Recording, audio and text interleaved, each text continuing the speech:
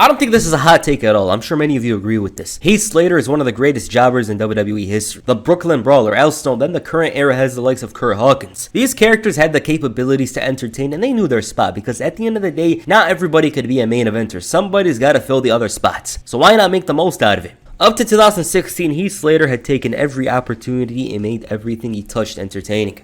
The one-man Southern rock band, the man that stood up to Florida, or as he called him, Florida, and it resulted in some funny segments where he's calling him out. The feud with the legends ahead of Raw 1000. 3MB was pretty goofy. They sold well, especially that time Brock Lesnar destroyed them. And he had a leadership quality, at least as a lower card. He got to lead the social outcasts, and they were a modern-day job squad. Almost everything about them resembled a group. But around the 2016 WWE draft, WWE had a change of plans. Heath Slater went undrafted.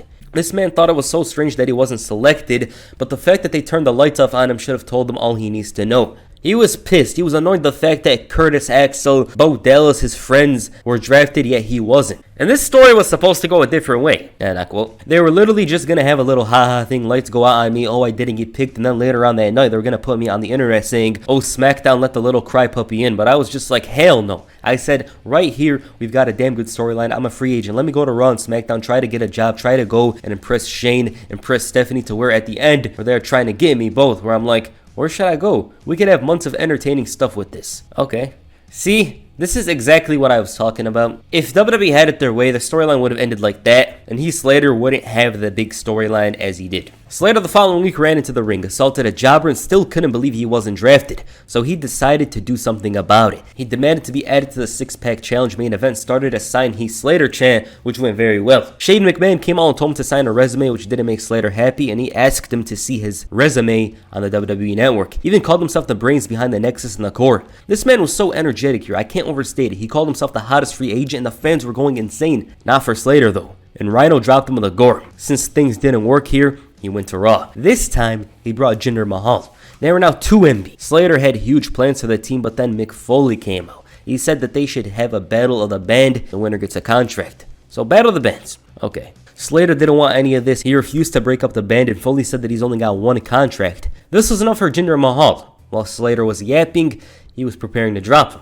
Once he turns around, boom, he's a new member of Raw. Jinder Mahal is back. He actually got a contract before Heath Slater, who was around the entire time. After the security was busy dealing with Brock Lesnar, Heath Slater found a way into the building to start begging for a contract. Dana Brown told him that he's got to beat his opponent next week, and Rhyno ran in there with another gore to be revealed as the opponent. Now, Rhyno already had a contract. Slater started begging him to help out. He's got 2 kids and needs to build a pool, and then he contradicted himself saying he's got 4 kids. And after asking him about the pool, Rhyno said he couldn't help, so he was dragging him the entire time just to tell him no. The one-man band got lost in dealing with the referee, leading to the gore and Rhyno winning the match. Slater was devastated. That pool wasn't going to get paid, and he was still a free agent. By the looks of it, they were about to sign him, but he started whining about how he's out. He doesn't need SmackDown, and it was a huge mistake. This man had a contract in front of him, and he was absolutely oblivious to it. Feeling there was no solution to the situation on SmackDown, Slater went back to Raw and made a brave yet stupid decision to poke the beast Brock Lesnar. You guys know Heath Slater would do anything to get that contract, even if he had to piss off Brock Lesnar. He went down to the ring and asked to face Brock Lesnar. Did they take him serious? Hell no. Heyman moved on like Slater was a jobber, which he was, let's be honest, and he started shouting over being disrespected. He knew he would get his ass kicked, but he had a family. Lesnar in this situation actually felt a little bad. He felt a little bad about Heath Slater and about the fact that he has got to feed his family and all that stuff. He mentioned that he's got kids before bringing him into the ring. Slater's in the ring, he's waiting for Lesnar to speak, and he's like, I don't give a about your kids. And this man couldn't believe what he heard. Lesnar gave him 2 options, leave the ring or take a beating. And even though Slater made his decision, it was a stupid decision by the way, he accomplished nothing, went to Suplex City, and took an F5. His efforts on Raw were a failure, so he brought a gift basket to SmackDown. Well, actually stole. And he finally got the memo. They wanted to sign him and hyped up his confrontation with Brock Lesnar like he actually did something. So Shane McMahon reminded him of last week and how he disrespected him.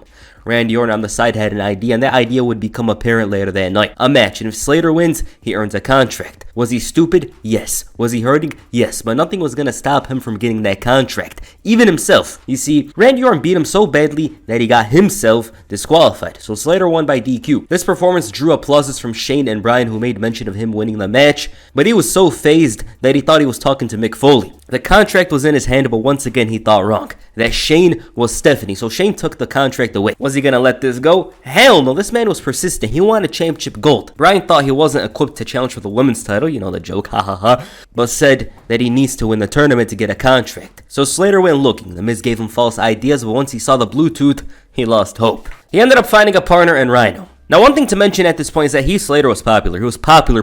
They were cheering for him at SummerSlam, and he was nowhere to be found. The one-man band spoke about his recent problems and said that they probably weren't going to pay his amount anyways. So things happen for a reason. His wife was shown to lack manners, and when Rhyno was asked why he chose to team up with Slater, he had absolutely no reason. His kids weren't at school, they were picking bottles in the back, and one of his kids took the car on a joyride. Rhyno was just chilling. He's like, whatever, I just want to eat crackers and chill. Their first match in the tournament was against the Headbangers. It's so damn random because the Headbangers, like, bro, Headbangers hadn't been seen in years up to this point, yet they're on SmackDown, and they're facing Heath Slater. Slater was fighting for this contract. Even Rhyno showed fighting spirit, and they were victorious. The Headbangers here was very strange. They looked so out of place. Next up, the Hype Bros. Slater found form at the greatest times, and in addition, had somebody to bail him out. And that's exactly what happened against Ryder and Mojo. The duo booked their place in the finals against American Alpha in front of the 7 kids. American Alpha, though, were taken out in a last chance match between the Usos and Ryder and Mojo was made.